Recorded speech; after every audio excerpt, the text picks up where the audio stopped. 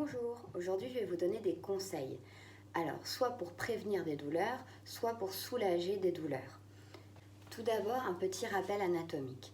La colonne vertébrale, c'est ce qui supporte tout notre squelette. C'est un axe souple composé de vertèbres qui sont empilées les unes sur les autres et qui sont articulées entre elles. Elles permettent donc une grande mobilité. Les différents mouvements qu'elles nous permettent de faire, c'est les inclinaisons, mais aussi les rotations et la flexion et l'extension.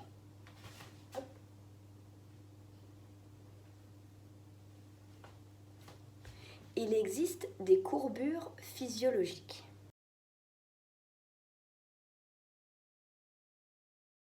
Donc, comme vous avez pu voir, il y a les lordoses au niveau cervical et au niveau des lombaires qui, elles, ont un rôle de mobilité. Ce sont des charnières. Et puis, vous avez les syphoses au niveau de l'occiput, du thorax et du sacrum qui, elles, ont en protection des organes qui y sont contenus. Donc, le cerveau, les poumons, le cœur et les organes reproducteurs. Les douleurs les plus fréquentes qu'on observe sont les cervicalgies au niveau des cervicales,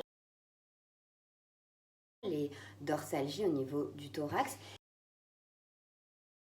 et les lombalgies au niveau des lombaires. Les cervicalgies, elles, souvent irradient dans les épaules, dans les bras et au niveau des omoplates. Les dorsalgies, elles, hautes, irradient au niveau du sternum et des côtes. Les dorsalgies plus basses peuvent irradier jusque dans le bassin et les lombalgies irradient dans les fesses et dans les jambes. Au niveau des lombalgies, si votre nerf sciatique est atteint, ce qu'on appelle une sciatalgie, ou une sciatique s'il y a vraiment une compression du nerf entre deux vertèbres, donne des douleurs dans les fesses, au niveau des cuisses, à l'arrière des cuisses, l'arrière des genoux, l'arrière des mollets et jusqu'au petit orteil. Si le nerf creural, lui, est atteint, donc une creuralgie, ça va être aussi le bassin, un peu les fesses et surtout l'avant des cuisses, l'avant de la jambe jusqu'au gros orteil. Les causes de ces douleurs sont multiples. Cela peut être un traumatisme physique ou une mauvaise posture ou un faux mouvement. Cela peut être lié aussi à un mauvais portage, si vous avez porté des choses très lourdes ou des choses asymétriques qui ont mobilisé votre dos. L'effort de traction également, il faut mieux pousser quelque chose que le tracter pour votre dos, ça le protège. Et le stress, l'anxiété, la fatigue, votre mode de vie, si vous allez être en excès de poids par exemple, ou justement une fatigue chronique. Et puis après, vous avez la grossesse avec tous les changements physiologiques et hormonaux, mais également la ménopause. Les différents conseils que je peux vous donner. Tout d'abord, la posture. Que vous soyez assis, debout ou allongé, il faut faire attention à votre posture. La posture assise. On a souvent tendance à ne pas mettre le bas du dos contre le dossier. Et du coup, on est complètement avachi. Ou alors, on cambre.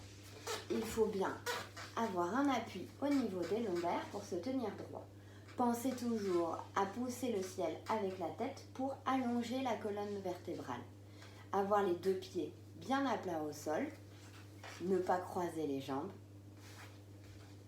Si vous devez passer beaucoup de temps assis, par exemple au bureau, pensez justement à cette posture et vous pouvez rajouter un marchepied, hop, voilà, pour refermer l'angle entre votre abdomen et votre cuisse. Cela permettra de soulager les psoas, qui sont des muscles qui s'insèrent sur vos lombaires, qui repassent devant jusque dans la racine de la cuisse. C'est eux qui nous servent à faire ce mouvement ou celui-là. Et si vous surélevez les jambes, vous les soulagez. Et donc, ils ne vont pas continuer à tracter vos lombaires en permanence. Pareil, au volant, essayez de ne pas avoir les jambes trop allongées pour conduire. C'est le même principe. Debout, pareil, pensez à bien relâcher les épaules. Essayez toujours de vous grandir en repoussant le ciel avec la tête. Et puis, essayez de ne pas rester cambré. Essayez de basculer le bassin, soit en relâchant légèrement les genoux, ou en serrant les fesses pour faire une rétroversion du bassin. Avoir bien les deux jambes appuyées au sol pour ne pas être avachi sur une hanche ou sur l'autre. Les postures pour dormir. Bon, sur le dos, à moins d'être vraiment très cambré, ou dans ce cas-là, vous pouvez mettre un coussin sous les cuisses pour basculer le bassin. Il n'y a pas grand-chose de conseils particuliers. Et puis, attention aux coussins trop gros, hop, qui cassent la nuque. Sur le côté, essayez toujours d'avoir un gros coussin entre les genoux pour garder une largeur à peu près équivalente au bassin entre vos genoux. Ça permettra de libérer les tensions qu'il y a au niveau de vos lombaires et de vos ligaments postérieurs pendant toute la nuit, qui, si vous avez un genou qui tombe, sont étirés en permanence et peuvent s'inflammer.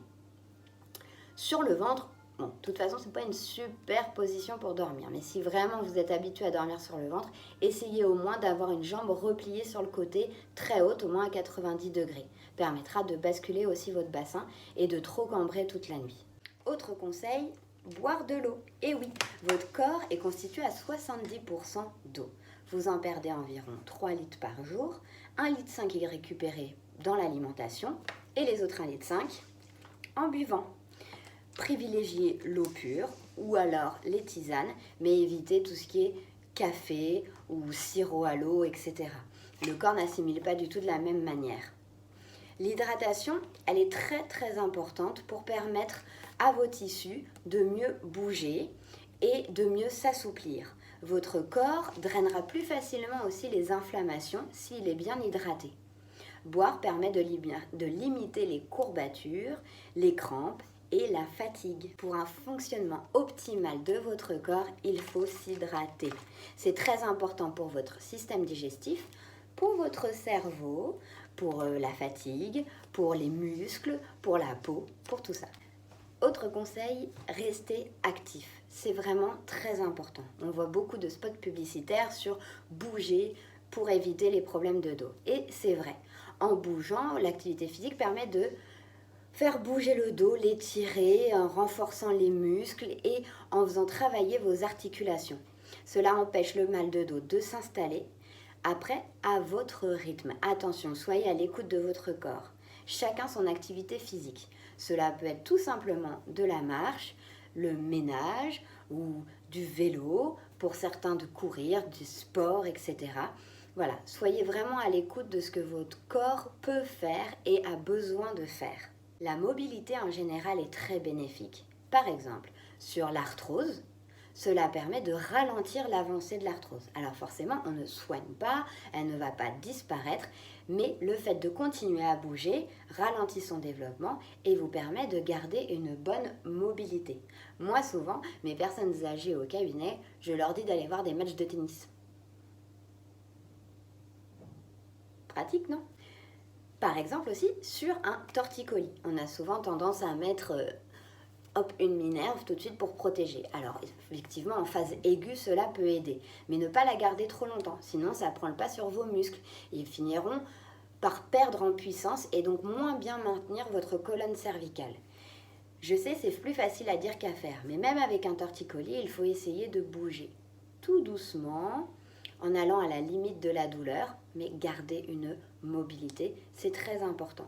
Vous pouvez également étirer tout en douceur, toujours en allant à la limite de la douleur, en faisant des exercices comme celui-là, où on place les mains sur la tête, et surtout, on n'appuie pas, c'est juste le poids des mains sur la tête. Sur le côté, pareil, en attrapant l'oreille, ou sans le bras, en essayant d'aller mettre l'oreille au plafond, pour gagner en longueur ici. On n'essaye surtout pas d'aller coller celle-là à l'épaule, hein. C'est celle-là qui va au plafond et ça change tout le mouvement. Au niveau des lombaires, souvent, les sciatiques ou les cruralgies nous font tellement mal qu'on a tendance à boiter. Là, pareil, essayez d'éviter, c'est très important. Je sais, c'est encore plus facile à dire qu'à faire, mais essayez de marcher plus lentement, de faire des plus petits pas, mais de les faire correctement. Cela permet d'éviter un déséquilibre de tout votre corps. Et enfin, la respiration. C'est très important. On a tendance à respirer beaucoup avec le thorax et pas vraiment avec notre ventre. Les deux respirations, thoracique et abdominale, sont très importantes. Essayez de prendre le temps, de temps en temps, tous les jours, un petit moment, pour vous écouter respirer. Prendre conscience de votre respiration, de l'ouverture du thorax. Est-ce que vous respirez par le nez? Est-ce que vous respirez par la bouche? Est-ce que votre ventre se mobilise ou simplement votre thorax? Je vais vous montrer un petit exercice que je montre régulièrement à mes patients qui permet de soulager le diaphragme.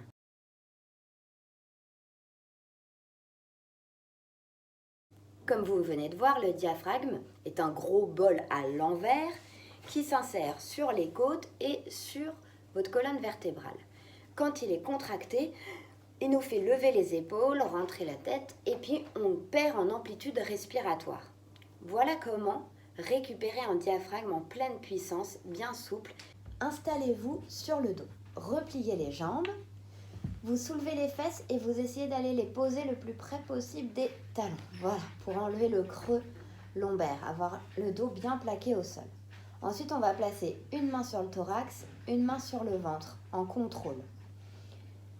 Quand on respire normalement, vous voyez, on a les côtes qui se soulèvent, mais également les épaules.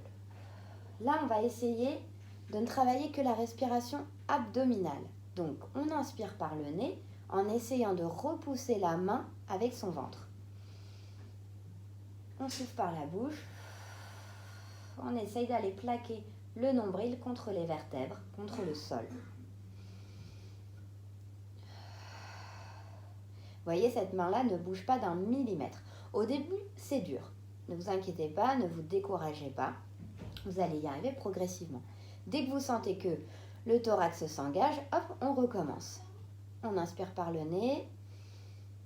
On gonfle le ventre. On souffle, on le rentre, on le rentre, on le rentre. Voilà, vous pouvez faire ça une dizaine de fois, inspi, expi, dans votre lit le soir par exemple, avant de dormir. Ça permet de calmer le rythme cardiaque et de vous endormir. Et puis surtout, vous allez libérer votre diaphragme, faire descendre les épaules, relâcher toutes les tensions du haut du dos. Alors, quand mettre du chaud, quand mettre du froid? C'est une question assez compliquée. En général, ce qu'il faut retenir, et je vous dis ça grâce à mon ami Olivier qui est kiné, c'est du chaud sur le dos et du froid sur les articulations périphériques. La plupart du temps, si vous faites ça, vous ne pouvez pas vous tromper. Si vous avez un muscle très contracté, très dur, mettez du chaud, ça permettra de le soulager. Par contre, si vous avez des tendinites aux poignets, aux coudes, aux épaules, donc une inflammation, il faut mieux mettre du froid. Dernier petit point, portez quelque chose de lourd. Je l'ai déjà dit dans d'autres vidéos, mais c'est très important. Si vous ne pliez pas les genoux pour aller attraper un objet lourd, un objet de 10 kg en paraîtra 150 pour vos lombaires. Vous mettez beaucoup de tension sur votre colonne vertébrale. Plier les genoux, c'est préserver votre dos. Pareil, essayez d'être en face de la chose que vous allez soulever. Souvent, on a tendance à aller chercher en rotation sur les côtés ou à les reposer en rotation. Et ça, c'est très mauvais pour votre colonne vertébrale. Voilà, c'est la fin de cette vidéo. J'espère que ça vous a été utile. Ce sont tous les petits conseils que je donne au quotidien à mes patients. Ce sont des choses assez basiques, mais qu'il faut avoir en tête un peu tous les jours. Et des bons réflexes à prendre. J'espère que le confinement se passe bien. Protégez-vous, protégez les autres, prenez soin de vous, restez chez vous. À la prochaine!